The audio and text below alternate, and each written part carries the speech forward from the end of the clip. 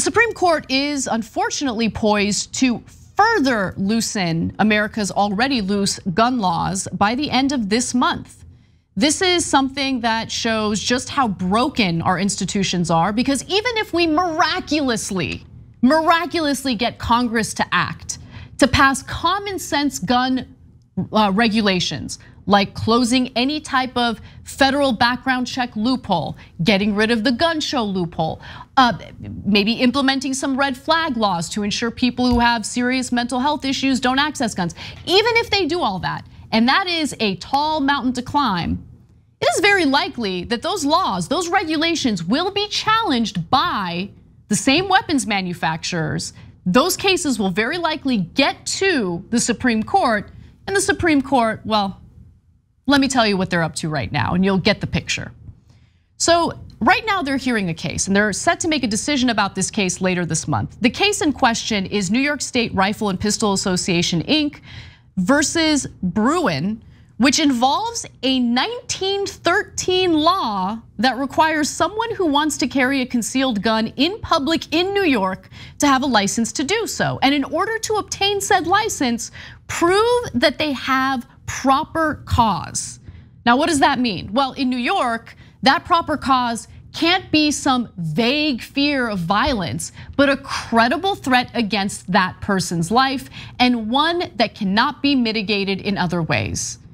So just to sum that up, in New York, as we speak, thanks to this law that's been on the books since 1913, you're not able to walk around New York, you're not able to go on the subway with a concealed weapon unless you have managed to get a license. And in order to get that license, you have to prove proper cause, that there is a legitimate threat against your life. There's no other way of mitigating that threat, and you genuinely need that weapon as a form of self-defense. Now, it's incredibly difficult to prove that.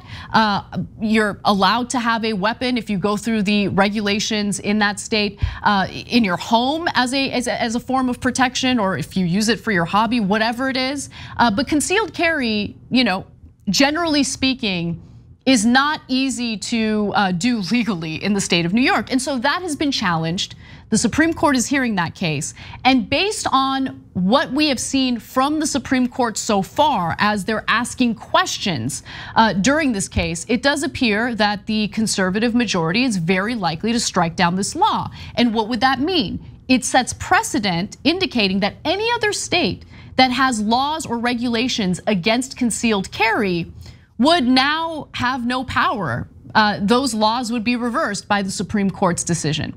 So during oral arguments last November, the court's conservative goon squad peppered attorneys with a cornucopia of absurd hypotheticals, arguing that changing the law so that carrying a gun on a crowded R train is not a public safety threat, but should be an essential constitutional right. And Bess Levin over at Vanity Fair provides examples from the questions that were asked by these conservative justices. For instance, Brett Kavanaugh, who, like Amy Coney Barrett, was nominated to the Supreme Court in part due to his firearms-friendly record as a judge, wanted to know why someone's proper cause can't just be, I want to be able to defend myself. Can you not see why it would be, dangerous to just kind of take anyone at face value and allow, you really want people to be captive on a train, knowing that there's a bunch of people on that train who very likely have a gun concealed? And also, how do you determine as a member of law enforcement whether someone is a good guy with a gun or a bad guy with a gun? So if a bad guy with a gun opens fire on a train, and then there's a good guy with a gun who then returns fire to defend himself or defend herself, defend everyone else on the train. When the cops arrive, how do the cops determine who the good guy or the bad guy is? Like, wouldn't that actually potentially lead to more unnecessary death? But anyway, it was Brett Kavanaugh. Okay, so now let's go to Samuel Alito, because that was one part with Kavanaugh. He's asking a question. Usually the framing of their question lets you know how they're likely to rule on this type of case, right? Let's go to Samuel Alito, because I think that was even more telling. It was arch conservative Samuel Alito who did the hardest bidding on behalf of America's gun enthusiasts, suggesting that New York law is some kind of cruel and unusual punishment inflicted upon ordinary law-abiding citizens who need to carry a gun on them when they ride the subway system, which he painted as a crime-ridden hellhole. In fact, we have some sound from that moment in deciding this case. Let's take a listen to what Samuel Alito had to say.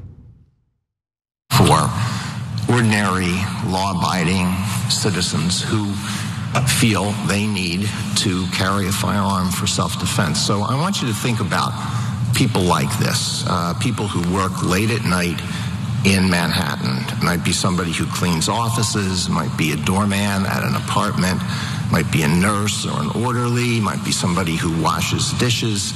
None of these people has a criminal record. They're all law-abiding citizens. They get off work around midnight, maybe even after midnight. They have to commute home by subway, maybe by bus. When they arrive at the subway station or the bus stop, they have to walk some distance through a high crime area, and they apply for a license and they say, look, nobody has said I am going to mug you next Thursday. However, there have been a lot of muggings in this area and I am scared to death. They do not get licenses, is that right? That is in general right, yes. If there's nothing particular to them, that's right. How is that consistent with the core right to self-defense, which is protected by the Second Amendment? Because the core right to self-defense doesn't, as this court said, doesn't allow for all to be armed for all possible confrontations in all places. No, it doesn't. So the woman that you heard in the audio there was New York Solicitor General Barbara Underwood, and I think she makes a great point there. Look, there are limitations to every constitutional right. We know that. And the idea that there should be like no limitations in regard to firearms is absolutely ridiculous. And it's interesting how Samuel Alito's reasoning is, well, all of our institutions have failed the American people. And so why don't we allow them to live out their delusions of being Rambo by allowing them to have concealed carry under any and all circumstances to protect themselves? So never mind the fact that police fighting crime is a failed institution.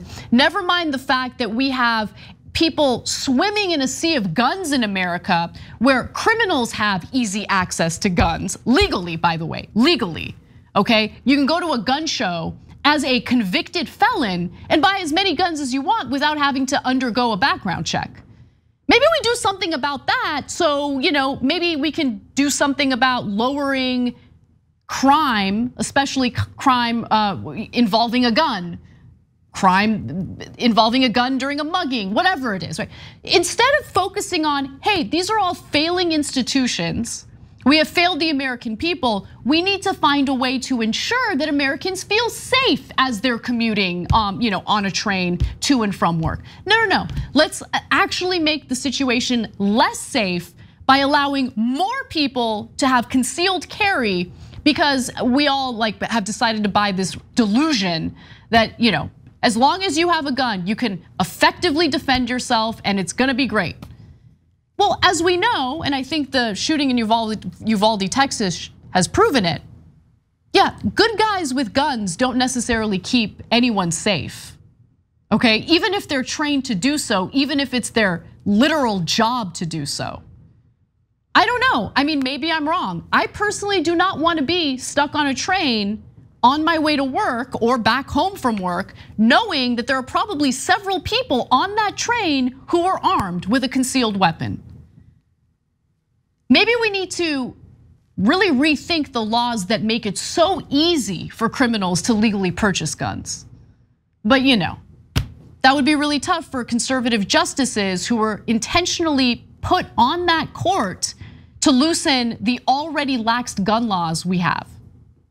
So that's what we get to look forward to with the Supreme Court. Again, this is a disaster because we now need members of Congress who do more than legislate.